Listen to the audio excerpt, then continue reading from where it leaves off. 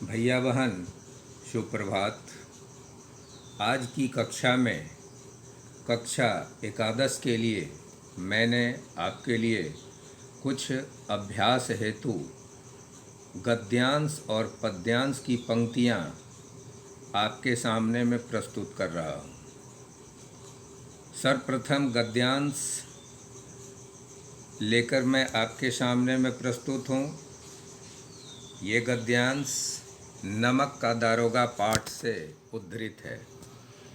पंडित अलोपदीन ने हंसकर कहा, हम सरकारी हुक्म को नहीं जानते और ना सरकार को। हमारी सरकार तो आप ही हैं। हमारा और आपका तो घर का मामला है। हम कभी आपसे बाहर हो सकते हैं? आपने व्यर्थ का कष्ट उठाया। यह हो नहीं सकता कि इधर से जाएं और इस घाट के देवता को भेंट न चढ़ावें। मैं तो आपकी सेवा में स्वयं ही आ रहा था। बंसीधर पर ऐश्वर्य की मोहिनी वंशी का कुछ प्रभाव न पड़ा। ईमानदारी की नई उमंग थी। कड़क कर बोले, हम उन नमक हरामों में से नहीं हैं जो कौड़ियों पर अपना ईमान बेचते फिरते हैं। आप इस समय हिरासत में हैं। आपका कायदे के अनुसार चालान होगा। बस मुझे अधिक बातों की फुर्सत नहीं है। जमादार बदलू सिंह, तुम इन्हें हिरासत में ले चलो, मैं हुक्म देता हूँ। तो प्यारे भैया बहन, इससे संबंधित 3 प्रश्न हैं। पहला प्रश्न है, पंडित अलोपदीन मुंशी बंसीधर को किस प्रकार प्रसन्न करना चाहते थे। दूसरा है, पंडित अलोपदीन के चरित्र एवं व्यवहार पर टिप्पणी कीजिए।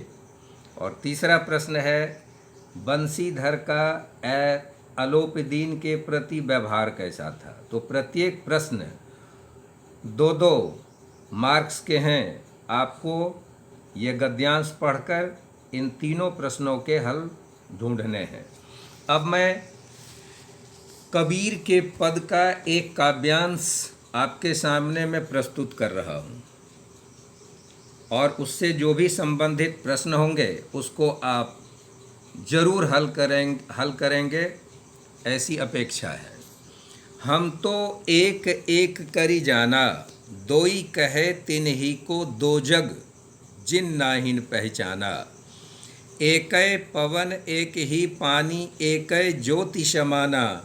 एकै खाक गढ़े सब भाड़े, एकै कोहरा शाना। जैसे बाढ़ी काष्ठ ही काटे, अग्नि न काटे कोई। सब घटी अंतर तू ही व्यापक, धरे स्वरूप सोई। माया देख के जगत लुभाना, काहे रे नर गरवाना। निर्भय भया कछु नहीं व्यापय, कहे कबीर दीवाना। तो प्यारे भैया बहन, इससे संबंधित अर्थ ग्रहण के 4 प्रश्न हैं। कबीर परमात्मा के विषय में क्या कहते हैं।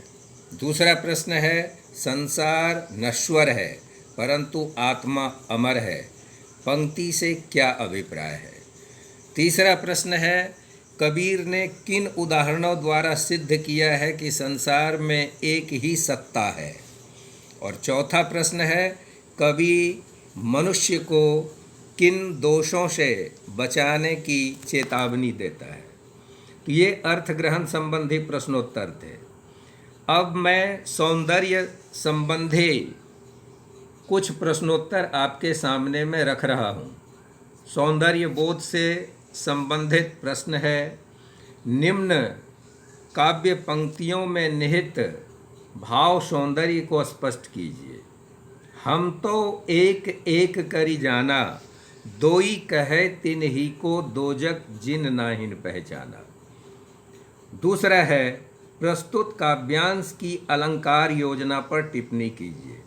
ये दोनों ही प्रश्न 3-3 मार्क्स के हैं। आपको सफलतापूर्वक इन दोनों ही प्रश्नों के हल ढूंढने हैं। आप निश्चित रूप से प्रश्नोत्तर तक पहुंचेंगे, ऐसी आपसे अपेक्षा है। फिर कल हम लोग एक नए गद्यांश और पद्यांश के साथ मिलेंगे। तब तक के लिए धन्यवाद।